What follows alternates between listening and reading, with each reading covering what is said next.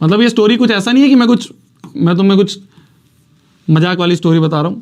ये क्या है, मेरे नॉर्मल जब मैं कोटा में पढ़ा करता था तब के एक्सपीरियंसेस हैं, है ना। कुछ एक्सपीरियंसेस हैं मेरे जब मैं पढ़ा करता था, तो वो एक्सपीरियंसेस मैं तुम्हारे साथ शेयर कर रहा हूँ, जिससे जब तुम आगे बड़ी क्लासेस में जाओगे तो तुम्हें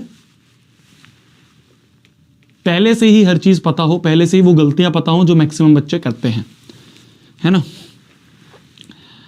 क्या बताया जाए फिर, क्या बताया जाए आज, क्या बताया जाए आज।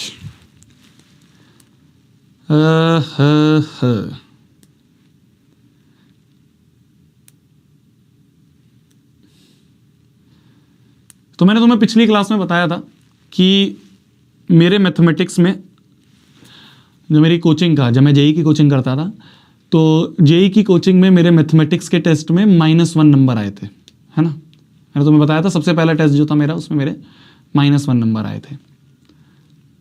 अब जब वो -1 नंबर आए ना, तो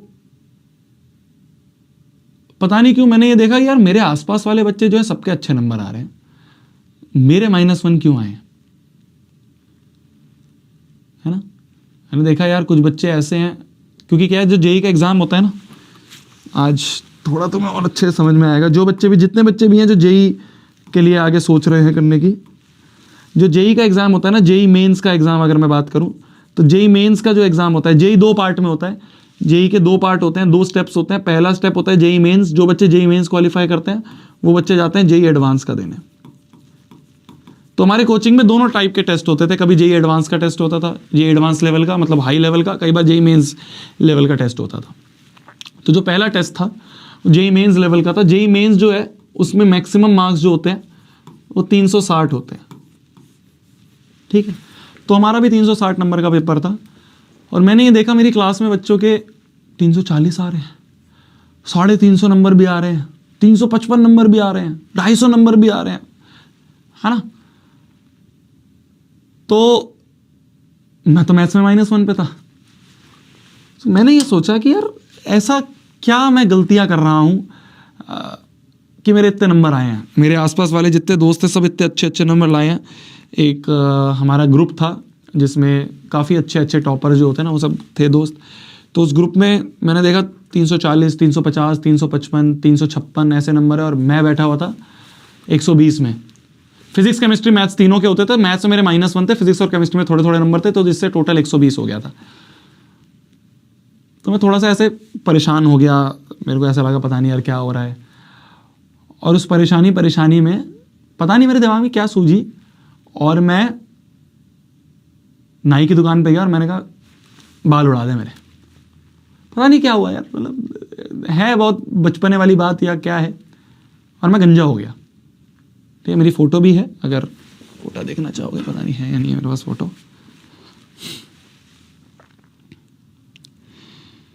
एक बार देखता हूँ मैं, पता नहीं क्या सूझी मेरे दिमाग में, उन्होंने कहा मैं गंजा हो गया, पता नहीं क्यों। अभी तो है नहीं, एक फ़ोटो है ये, मतलब इसमें बिल्कुल गंजा तो नहीं दिख रहा हूँ मैं, बट हाँ थोड़े थोड़े बाल दिख रहे हैं। मतलब गंजा होने के बाद जो थोड़े थोड़े बाल आते हैं ना, उस टाइप के बाल दिख रहे हैं। ये देखो, इसमें तुम्हें दिख रहा होगा, मतलब इसमें जो फ़ोटो है, इस फ़ोटो में ऊपर लिखा भी हुआ है। ये देखो, ये फ़ोटो है, दिख जा बेटा, आजा आजा आजा। हाँ, ये फ़ोटो देखो, कोटा ऊपर लिखा ना, कोटा, डेट टाइम कुछ लिखी होगी ऊपर, दिख रहा है। हाँ, ये दिख रहा है ना, कोटा। तो ये फ़ोटो है, इसमें मैं गंजा हो गया था। और गंजा होने के बाद मेरी ये ऐसे ऐसे बाल थे, छोटे छोटे से आ गए थे। तो पता नहीं क्यों, मुझे भी नहीं पता कि क्यों हो गया था। और ऐसे बहुत डिप्रेशन वाला सीन में आ गया था कि मैं देख रहा था आसपास वाले बच्चे बहुत अच्छा कर रहे हैं और मैं इतना अच्छा नहीं कर पा रहा हूँ। मैं इतना मेहनत मेरी पूरी चल रही है, पर फिर भी नंबर नहीं आ रहे हैं। तुम्हें भी ऐसा फील हुआ होगा बहुत टाइम तक, या कई बार ऐसा फील होता होगा कि यार भैया हम अपना मैक्सिमम देते हैं, हम मेहनत तो पूरी करते हैं, पर हमारे नंबर नहीं आ रहे। होता है ऐसा कि भैया शायद जो क्लास का टॉपर है वो भी इतनी मेहनत नहीं कर रहा होगा, वो भी इतने घंटे नहीं पढ़ रहा होगा जितने घंटे मैं पढ़ रहा हूँ, मैं पढ़ रही हूँ, फिर भी उसके ज़्यादा अच्छे नंबर आ रहे हैं, मेरे नहीं आ पा रहे हैं, इसका रीज़न क्या है? तो मैं भी यही देखता था। फिर क्या हुआ, मैं गंजा हुआ। तो गंजा होने के बाद मेरे एक टीचर थे, और वहाँ पे फिज़िक्स के जो टीचर थे हमारे, उन्होंने मेरे को देख लिया कि कल टेस्ट हुआ था, उसका रिज़ल्ट आया और ये बच्चा गंजा हो गया। ठीक है, तो उन्होंने मेरे को बुलाया, उन्होंने मेरे को बुला के पूछा कि क्या हो गया, क्या है। और उन्हें लग गया बहुत तेज कि सर 360 नंबर का पेपर था, 360 नंबर के पेपर में 110 ही नंबर आए हैं, और क्या मुंह दिखाऊंगा मैं पापा मम्मी को। पापा मम्मी तो सोच के बैठे थे मैं आईआईटी में जाऊंगा, और यहाँ तो मेरे नंबर ही नहीं आ रहे हैं भैया, और सर मैं घर पे क्या नंबर भेजूँ, घर पे नंबर भेजूँगा तो वो और डांटेंगे। तो इस तरह से मैं खूब रोया उनके सामने, खूब। तो उन्होंने मेरे को एक चीज़ बोली कि शोभित देख, पहली चीज़ तो ये है कि रोने से कुछ नहीं होगा, ठीक है। अभी सिर्फ 2 ही महीने बीते हैं, 2 या 3 ही महीने बीते हैं। ये देख कि बाकी बच्चे जो हैं वो ऐसा क्या कर रहे हैं जो तू नहीं कर रहा है। तो मैंने कहा सर मैं तो पूरी मेहनत कर रहा हूँ, मतलब मैं तो सुबह से शाम तक बस बैठा ही रहता हूँ, और कभी ये बुक कर रहा हूँ, कभी वो बुक कर रहा हूँ, ये कर रहा हूँ, वो कर रहा हूँ, पर सर मेरे नंबर ही नहीं आ रहे हैं। तो उन्होंने कहा कोई बात नहीं, टेंशन मत ले, तू देख, अपना टाइम दे इस पे और मेहनत कर। तो मैंने क्या करा, मैंने कहा ठीक है सर। मेरे अंदर थोड़ी सी मोटिवेशन आई। जब मोटिवेशन आई तो मैंने सोचा ठीक है चलो और मेहनत करता हूँ। तो फिर और बुक्स लगानी शुरू करी, है ना, अलग अलग टाइप के क्वेश्चन सॉल्व करे, अलग अलग टाइप के बुक्स ले आया भाई साहब, भर भर के मैं अलग अलग बुक्स आती थी वहाँ पे, जेई नीट की, जेई की, मैं तो जेई की तैयारी करता था, तो जेई की अलग अलग बुक्स आती थी, मैंने बहुत सारी बुक्स पढ़ ली। मैथ्स की कितनी मोटी बुक आती थी एमएल खन्ना की, वो उठा लाया कि इसे सॉल्व करूँगा। फिजिक्स की एक बुक आती थी सिंगेज नाम की, इतनी मोटी बुक है फिजिक्स की, वो उठा लाया, वो सॉल्व करूँगा। एचसी वर्मा सॉल्व करूँगा, है ना। केमिस्ट्री की एक आती थी ओपी टंडन नाम से आती थी केमिस्ट्री की, वो उठा लाया, इतनी मोटी बुक है, सॉल्व करूँगा। मतलब 10-12 हज़ार रुपये मैंने बुकों में खर्च कर दिए कि सारी बुक सॉल्व करूँगा। तो मैंने सारी बुक्स जितनी मेरे से सॉल्व होती थी उतनी मैंने सॉल्व करी। और फिर 2 महीने बाद मेरा टेस्ट था। 2 महीने बाद मैंने सोचा अब मैंने मेहनत करी है और अच्छे से, मतलब ऐसा सीन हो गया था कि शायद मैं 3-4 घंटे ही सो रहा था दिन में। मतलब मैं पागल हो गया था, मैं बिल्कुल एकदम तुम्हें ऑनेस्ट बताऊँ, मैं पागल हो गया था। मैंने कहा कि मेहनत करनी है यार, ठीक है। जा रहा हूँ 5 मिनट में, मेस में जाता था, मेस में जहाँ खाना मिलता था 5 मिनट में खाना खाया, वापस आ गया और बुक सॉल्व कर रहा हूँ, बुक सॉल्व कर रहा हूँ, ये कर रहा हूँ, वो कर रहा हूँ। 2 महीने बाद टेस्ट हुआ, 360 नंबर का ही टेस्ट हुआ। 360 में से नंबर आए मेरे 140। 20 नंबर बढ़ गए, है ना। फिर मैं और डिप्रेस्ड हो गया, कहा यार ये क्या हो गया यार, इतनी बुक सॉल्व करी, इतना कुछ करा, नंबर ही नहीं बढ़े। फिर मैं सर के पास गया, मैंने कहा सर अब तो इस बार तो देखो, मैं इतनी सारी बुक्स भी थी, इतनी सारी बुक्स भी सॉल्व करी, फिर भी नंबर नहीं आए सर। अब क्या करूं इससे ज़्यादा।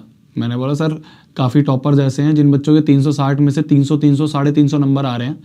उन बच्चों को मैं देखता हूँ वो खेलते भी हैं, है ना, वो आराम से 8-8, 9-9 घंटे की नींद भी ले रहे हैं। यहाँ मैं 4 घंटे की, 5 घंटे की नींद ले रहा हूँ, ऐसा कर रहा हूँ कि 2 घंटे सो रहा हूँ, 2 घंटे उठ रहा हूँ, 2 घंटे सो रहा हूँ, 2 घंटे उठ रहा हूँ, फिर भी सर मेरे नंबर नहीं आ रहे हैं। वो लोग तो सर सिर्फ 3-4 घंटे पढ़ते होंगे दिन में, मेरे दिन में अगर 24 घंटे में से मैं अगर 18 घंटे उठा हुआ हूँ तो 18 घंटे में से मैं 17 घंटे पढ़ ही रहा हूँ। मैं तो मतलब तुम मानोगे नहीं, विश्वास नहीं करोगे। विश्वास नहीं, चैट पब्लिक कर दूँ, तुम विश्वास नहीं करोगे। अगर मैं कमोड पे भी बैठा होता था ना, तो मैं कमोड में भी बुक लेके बैठता था कि इस टाइम को भी वेस्ट नहीं करूंगा और पढ़ूंगा। तो सर इस बार तो आप देखो इतनी मेहनत करिए सर, जब भी नहीं हो रहा है। तो फिजिक्स वाले सर ने कहा मेहनत तू कर रहा है, पर मेहनत तू सही डायरेक्शन में नहीं कर रहा है। मैंने कहा यार देखो ये जो तुम ज्ञानी बातें करते हो ना सर, ये नहीं समझ में आ रही है, और ठीक है देखा जाएगा जो होगा, और मैं तो ऐसे ही करते रहूँगा, तो ऐसी मेहनत करते रहूँगा। आगे कुछ महीने और 1-2 महीने और बीते, मैं इसी तरह से मेहनत करता रहा कि यार बुक सॉल्व कर रहा हूँ। फिर अगला टेस्ट हुआ, अगले टेस्ट के बाद मैं फिर वही 120, 130, 140 की रेंज में रहा। फिर मैं एक और टीचर के पास गया जो हमारे केमिस्ट्री के टीचर थे। उनके पास जब मैं गया तो मैंने उनके सामने भी यही बोला कि सर बहुत मेहनत कर रहा हूँ सर, मेहनत करने के बाद भी रिजल्ट नहीं मिल रहा है, क्या करा जाए, क्या करा जाए। तो उन्होंने मेरे को ये बताया सेम आंसर कि राइट डायरेक्शन में नहीं कर रहा है, गधे की तरह मजदूरी तो कर रहा है पर राइट डायरेक्शन में नहीं कर रहा है। मैंने कहा सर वो राइट डायरेक्शन क्या है वो बता दो आप। तो उसने कहा तूने बुक सॉल्व करी है बहुत सारी। मैंने कहा हाँ जी करी है सर। कह रहे उन बुक्स में से कौन सी ऐसी बुक है जिसका एक एक क्वेश्चन तूने फाइनल आंसर तक निकाला है। मैंने कहा सर मतलब। उन्होंने कहा मतलब जो भी बुक्स तू सॉल्व कर रहा है क्या उन बुक्स को तू सीरियसली सॉल्व कर रहा है या सिर्फ इसलिए कर रहा है कि बहुत सारे नंबर ऑफ क्वेश्चंस कर लेता हूं, बहुत सारे नंबर ऑफ क्वेश्चंस कर लेता हूं। मैंने कहा सर, वो कह रहे बता अगर कोई क्वेश्चन में डाउट होता है तो क्या करता है तू। मैंने कहा सर अगर कोई क्वेश्चन में डाउट आता है तो मैं तो उस पर सर्कल लगाता हूं और आगे बढ़ जाता हूं। तो सर ने पूछा फिर उस सर्कल का क्या होता है। मैंने कहा सर मतलब अगर टाइम मिलता है तो मैं किसी टीचर से डिस्कस कर लेता हूँ या किसी टॉपर से डिस्कस कर लेता हूँ, नहीं टाइम मिलता है तो वो छूट जाता है। कह रहे वहीं तो दिक्कत है, वहीं तो दिक्कत है। जो तेरे को क्वेश्चन आता है तू सिर्फ उसी टाइप के क्वेश्चन करे जा रहा है। जिस क्वेश्चन में तू अटक रहा है उस क्वेश्चन को तू इग्नोर करे जा रहा है। उस क्वेश्चन पे तू गोला लगा रहा है और गोला लगा के आगे बढ़ रहा है। जीवन भर ये गोला गोला ही रह जाएगा, ये तो कभी सॉल्व हो ही नहीं पाएगा। तो ये डिपेंड नहीं करता है कि आप कितने नंबर ऑफ क्वेश्चन सॉल्व कर रहे हो, ये डिपेंड करता है कि अगर आप 10 भी क्वेश्चन सॉल्व कर रहे हो ना तो उस 10 क्वेश्चन को फाइनल आंसर तक लेके आओ। हमारी आदत होती है कि डाउट आ रहा है, ठीक है यार उस पर गोला लगाया और गोला लगा के हम अपने आप को सेटिस्फाई कर देते हैं कि वाह यार मैंने तो अटेम्प्ट करा था, मेरे से हो नहीं पाया, मैंने गोला लगा दिया। अरे वो गोला गोला ही रह जाएगा। फिर बाद में तेरे पास सेम टाइप का क्वेश्चन आएगा, फिर तू उसमें अटकेगा, फिर तू उस पर गोला लगाएगा, फिर 5 महीने बाद वापस वो क्वेश्चन आएगा, फिर तू उस पर गोला लगाएगा, फिर आगे बढ़ जाएगा और शायद वही गोले वाला क्वेश्चन तेरे एग्जाम में आ जाएगा। फिर तू कहेगा ये तो डाउट था, बस फिर तो गया। समझे मेरी बात को, समझे मेरी बात को। तो डिपेंड ये नहीं करता है कि तुम कितनी क्वांटिटी ऑफ क्वेश्चंस कर रहे हो, डिपेंड ये करता है कि तुम जितने भी कर रहे हो क्या उसको सही से कर रहे हो। मेरे को सर ने बोला तेरे को कोचिंग वालों ने मॉड्यूल दी है, तू उस मॉड्यूल को सॉल्व करता है। मैंने कहा सर मॉड्यूल कौन सॉल्व करेगा, मैंने तो सर सिंगेज ले रखी है, मैंने तो सर ओपी टंडन ले रखी है, मैंने तो सर एमएल खन्ना ले रखी है, मैंने तो सर आर.डी. शर्मा ले रखी है, मैंने तो सर एच.सी. वर्मा ले रखी है, मैं तो वो सॉल्व करता हूँ।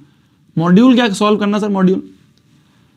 तो सर ने बताया जो मॉड्यूल तेरे को दी हुई है ना कोचिंग में, ये इन सारी बुक्स को स्टडी करने के बाद जो बेस्ट क्वेश्चंस हैं उनको एक जगह एकाग्रित करके मॉड्यूल दे रखा है। तो जो तेरे को दे रखा है, जो तेरे को सोने का कटोरा दे रखा है, तू उसको छोड़ के बाकी हर जगह पे घूम रहा है। ऐसा नहीं है कि वो सारी बुक्स गंदी हैं या वो सारी बुक्स खराब हैं, इन सारी बुक्स को करने का तेरे पास टाइम ही नहीं है। इनमें से जो इंपॉर्टेंट क्वेश्चंस तेरे को करने हैं वो सारे इंपॉर्टेंट क्वेश्चंस कोचिंग वालों ने टाइम लगा के उस मॉड्यूल में डाले हैं। तो सिर्फ उसको कर, सिर्फ उसको कर। तब मेरा दिमाग खुला। मैं तुम्हें बोलता हूं ना, मैं तुम्हें हर बार बोलता हूं क्या कि फलाना फलाना बुक्स में मत भागो।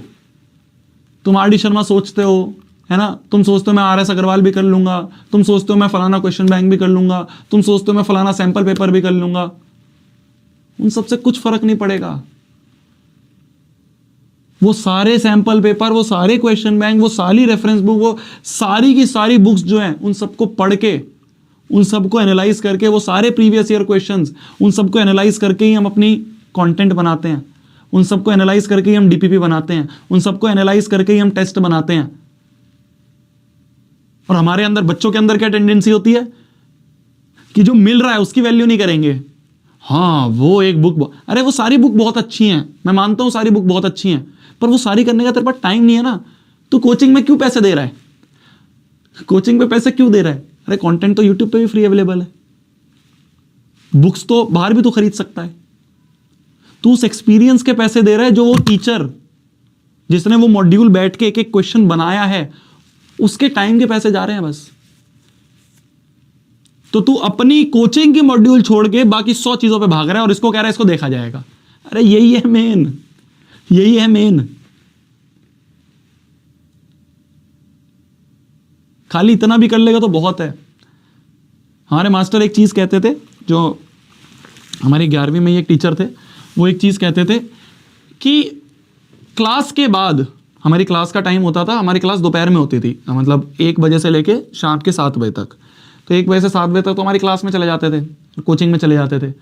बाद में हमारा दिन का टाइम बचता था, दिन में हमारे पास टाइम मिलता था करीब 5-6 घंटे मिलते थे। हमें 5-6 घंटे हमारे स्पेयर होते थे। अगर कोई रात को लेट तक उठा हुआ है तो 3-4 घंटे और, मतलब तुम ये मान सकते हो पढ़ाई के लिए हमें मोटे मोटे 6 से 7 घंटे मिल जाते थे।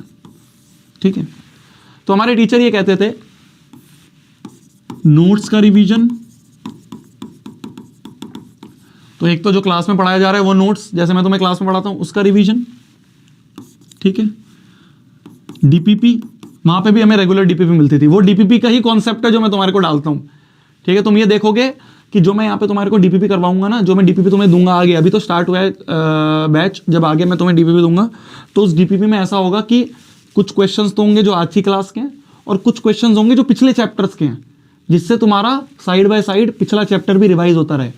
मान लो अगर हम 6ठे चैप्टर पे हैं तो 6ठे चैप्टर पे जिस दिन पे मैं तुम्हें डीपीपी दूंगा ना, 6ठे चैप्टर के दिन पे, उस डीपीपी में तुम देखोगे चैप्टर नंबर 1, 2, 3, 4 सबके क्वेश्चंस हैं, जिससे इनडायरेक्टली हमारा 1, 2, 3, 4 भी रिवाइज होता रहे। तो हमारी डीपीपी वैसे मिलती थी वहां पे भी। तो वही कॉन्सेप्ट मैंने यहाँ पे रेप्लिका उठा के तुम्हें 10th में करवा रहा हूँ। तुम देखोगे अभी आगे जब डीपीपी आएगी तो हम वैसे ही करेंगे। तो हमारा टीचर ये कहता था कि नोट्स का रिवीजन पहला काम, डीपीपी वाला होमवर्क, और मॉड्यूल में से कुछ क्वेश्चंस देते थे। मॉड्यूल जो है, मॉड्यूल का जो होमवर्क है वो। तो हमारे टीचर कहते थे कि अगर एक बच्चे को ये सब करने के बाद भी एक्स्ट्रा टाइम मिल रहा है, इतना सब करने के बाद भी एक्स्ट्रा टाइम मिल रहा है कि वो और बुक्स कर पा रहा है, तो मतलब वो ये चीजें अच्छे से नहीं कर रहा है, मतलब वो ये 3 चीजें भी अच्छे से नहीं कर रहा है, वो इसमें भी सिर्फ मक्कारी कर रहा है, टाइम पास कर रहा है, जल्दी जल्दी से खत्म करके और बुक्स पे भाग रहा है। अरे इसके अलावा तुम्हें टाइम ही नहीं मिलेगा और चीजों पे तुम भागो, इसी में पूरा दिन निकल जाएगा, इसी में यही इतनी एक्सटेंसिव, इतनी इंपॉर्टेंट है, इतनी ज्यादा टफ है जो डीपीपी के क्वेश्चन है या जो मॉड्यूल के क्वेश्चन है। अगर तुम्हें एक्स्ट्रा बुक्स करने का टाइम मिल रहा है ना, मतलब तुम कुछ गलती कर रहे हो। और मैं भर भर के एक्स्ट्रा बुक्स कर रहा था, पूरी 11वीं मेरी ऐसे निकल गई थी, पूरी 11वीं ऐसे निकल गई थी।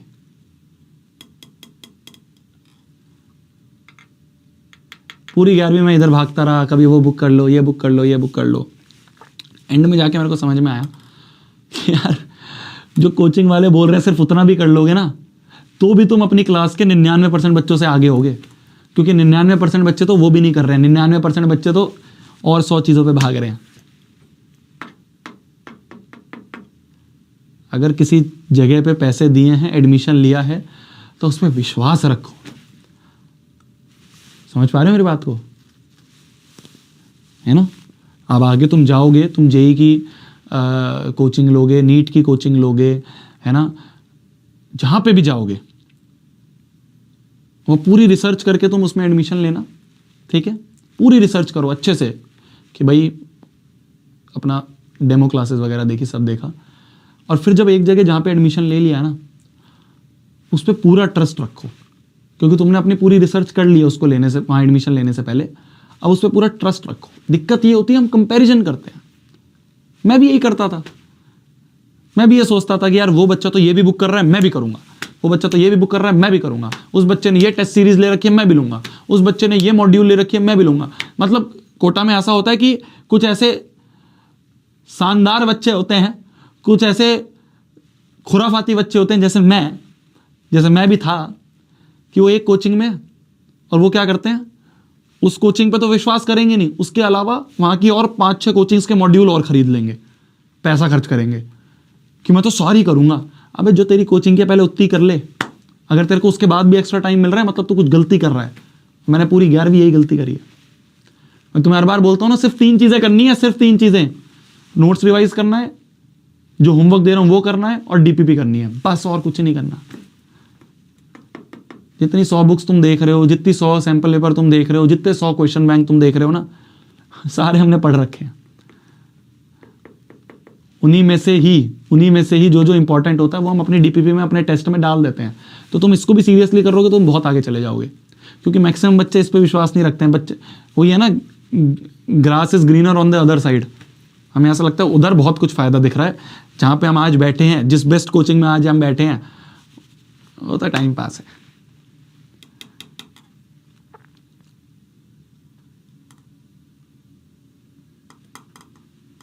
बहुत सारी चीज़ें यार ऐसी, मतलब बहुत सारे किस्से हैं ऐसे, बहुत सारे, मतलब मेरी फेलियर स्टोरीज हैं और कुछ नहीं है।